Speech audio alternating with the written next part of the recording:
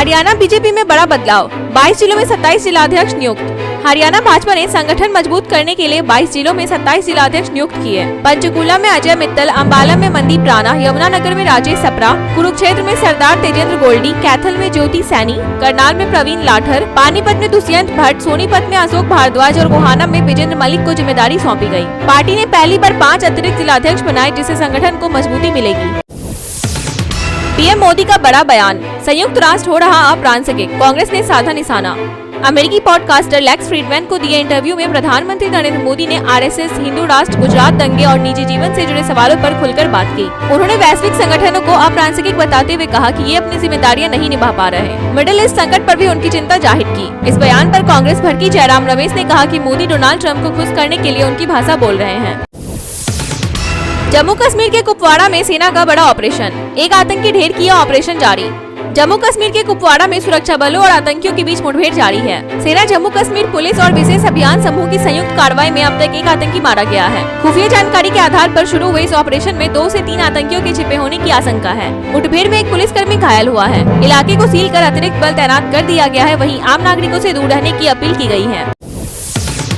देवेंद्र फडणवीस भी क्रूर शासक, महाराष्ट्र कांग्रेस चीफ ने कर दी औरंगजेब से तुलना। महाराष्ट्र के छत्रपति संभाजीनगर में औरंगजेब की कब्र हटाने की मांग जोर पकड़ रही है। इसी बीच कांग्रेस के प्रदेश अध्यक्ष हर्षवर्धन सपकाल ने सीएम देवेंद्र फडणवीस की तुलना औरंगजेब से कर दी। उन्होंने कहा कि औरंगजेब क्रूर शासक था जो सत्ता के लिए धर्म का इस्तेमाल करता था और फडणवीस भी वही कर रहे हैं। उधर बजरंग दल और विश्व हिंदू परिषद ने कब्र को हटाने की चेतावनी दी है। शिवाजी महाराज के इतिहास को बचाने की बात भी उठ रही है।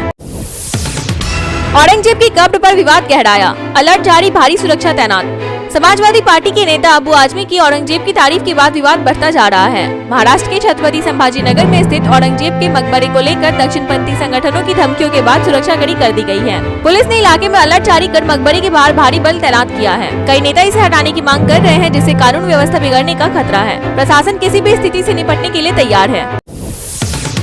पीएम मोदी ने याद किया बचपन, कहा गरीबी में बीता समय लेकिन कभी बोझ महसूस नहीं हुआ। प्रधानमंत्री नरेंद्र मोदी ने अमेरिकी पॉडकास्टर लेक्स फ्रीडमैन से बातचीत में अपनी गरीबी में बीते बचपन को याद किया। उन्होंने बताया कि कैसे उनके पिता की चाय की दुकान और मां से मिले जीवन के सबक ने उनमें सेवा की भावना जगाई। बिना खिड़कियों वाले छोटे घर में बड़ा होने के बावजूद उन्होंने कभी अभावों का बोझ महसूस नहीं किया। पीएम मोदी ने कहा कि उनके माता पिता ने कठिनाइयों के बावजूद बच्चों को संघर्ष का एहसास नहीं होने दिया। इसरो को बड़ी सफलता, सरकार ने चंद्रयान 5 मिशन को दी मंजूरी। इसरो अध्यक्ष वी नारायणन ने घोषणा की कि केंद्र सरकार ने हाल ही में चंद्रयान 5 मिशन को मंजूरी दे दी है। इस मिशन में 250 किलोग्राम का रोवर भेजा जाएगा जो चंद्रमा की सतह का गहन अध्ययन करेगा। यह मिशन जापान के सहयोग से संचालित होगा। इससे पहले चंद्रयान 3 की सफलता के बाद चंद्रयान 4 मिशन को 2027 में चंद्रमा से नमूने लाने के लिए लॉन्च किया जाएगा। इसरो अंतरिक्ष अनुसंधान में एक और ऐतिहासिक कदम बढ़ाने को तैयार है।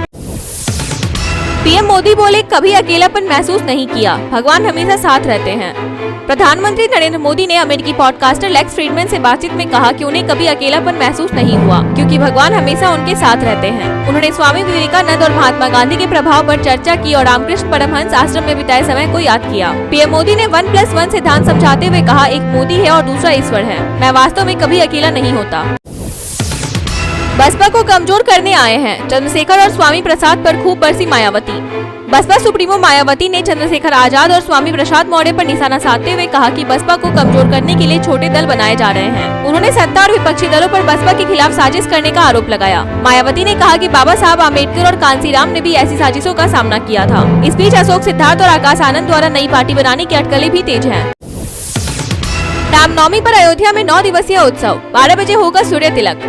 अयोध्या में श्री राम जन्मभूमि पर चैत्र रामनवमी का उत्सव भव्य अनुष्ठानों के साथ मनाया जाएगा। 29 मार्च से 6 अप्रैल तक चलने वाले इस आयोजन में दुर्गा सप्तशती, श्री रामचरितमानस, वाल्मीकि रामायण और अध्यात्म रामायण का पारायण होगा। 1 लाख आहुतियों के साथ यज्ञ भी किया जाएगा। आचार्य अतुल कृष्ण भारद्वाज रामकथा का वचन करेंगे। रामनवमी पर ठीक 12 बजे भगवान के मस्तक पर सूर्य तिलक होगा, जिसका दूरदर्शन और 50 सार्वजनिक स्थलों पर सीधा प्रसारण होगा।